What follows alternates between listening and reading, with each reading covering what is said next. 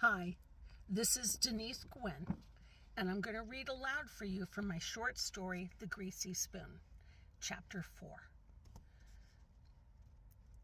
The nameplate above her left tit reads Irene, and as she walks behind the counter and reaches up to affix their orders to the metal clamps of the clothesline-style ticket bar and calls out, "Order up," to the short order cook, her tight shirt-waist uniform pulls at the sleeves, and the fabric tightens around her hips, revealing the outline of her fine ass. "Lady, you may be as old as my mother, but damn, you've got a smoking hot bod." "What are you staring at?" Ed asks. "Oh, nothing." "You're staring at that guy at the counter." "No, I'm not. I'm just noticing the cook, that's all." "Why?"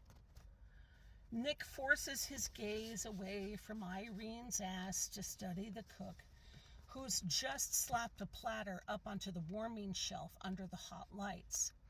Irene grabs it and walks it over to the man reading the paper. The cook grabs their orders with a heavily tattooed arm, and "It's rude to stare, you know." "Yeah, I know."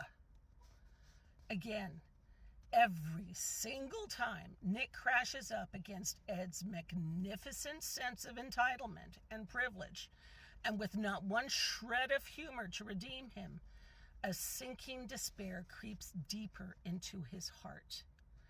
"What's so funny about him?" "Oh, nothing really. I just like to, how do I put it? Kind of make a little game for myself of figuring out a person's history, you know?" "All right," Ed says, clearly not getting it.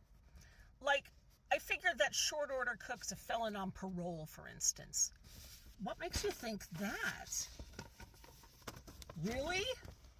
"Yes, really." Ed studies the short order cook. "How can you tell that from here?" "I'm making shit up, Ed." "I don't understand." "Come on, man." "What?" "Live in the real world once in a while, will ya?" "I am living in the real world. I'm sitting here in this diner, contracting who knows what venereal disease from sitting on this stained, ripped-up seat that hasn't been sanitized since anyway. I just like to pretend, that's all." Defeated, Nick sips his coffee. How much more of this guy can I take? Did Ed's sense of humor get drilled out of him in prep school? Or perhaps it happened during the partner initiation hazing? Or did it happen during his tender, formative years? Yes, that's more likely. And Nick has not a doubt Ed clears his throat. Pretend what? What is it that you like to pretend? Sweet Jesus, he's really going to insist on this, isn't he? Okay, well, it's something I liked to do with my brother. Make up little stories about people. And the cook? Okay, so the short order cook's a felon on parole, right? And he got indicted for raping a teenage girl. But according to him, the bitch had it coming to her. What the fuck, man? I'm joking, Ed. Jesus, man. Come on, lighten up. What's so funny about rape? Oh, nothing. Except... His voice trails off. Is this really worth it? Okay, let's try this. I'm trying to explain it to you, okay? The way my brother and I used to have fun when we were waiting for our food. I'm listening. I'm putting myself in the short order cook's shoes. You read me? I'm pretending to see it through his perspective, but it's flawed, right? He's working here in this greasy spoon because it's the only kind of job he can get after his release from prison. And his story is he had sex with a teenage girl. Sure he did. But it's only because the bitch begged him to bang her, and he kind of sort of knew she's underage, but fuck it. He didn't know she was that underage, right? And let me tell you something, that whore was begging for it, you know? And she had hooters bigger than Dolly Parton's, and she liked it too, especially when he fucked her doggy style. So don't go around letting her tell you otherwise.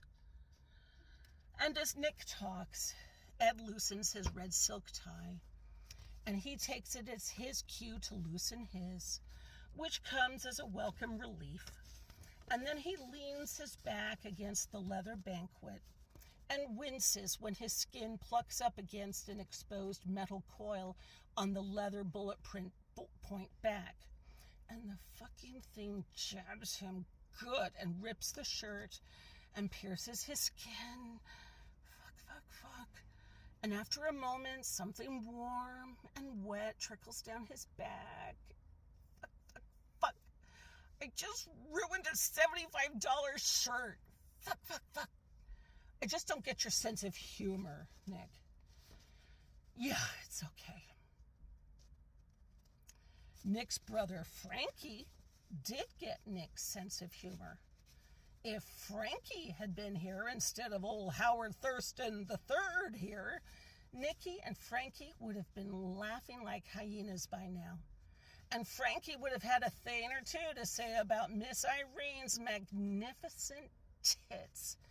And the horrible knot in Nick's stomach would have loosened up a bunch, and then he would have started farting.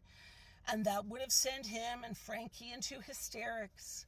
And they would have been rolling around on the floor by now, laughing like lunatics. And thinking of this and missing Frankie only succeeded in making Nick feel worse. Frankie is most definitely not here. Ed runs his hand across his face and lets out a sigh. That fucking judge. Yeah, I know, Nick says.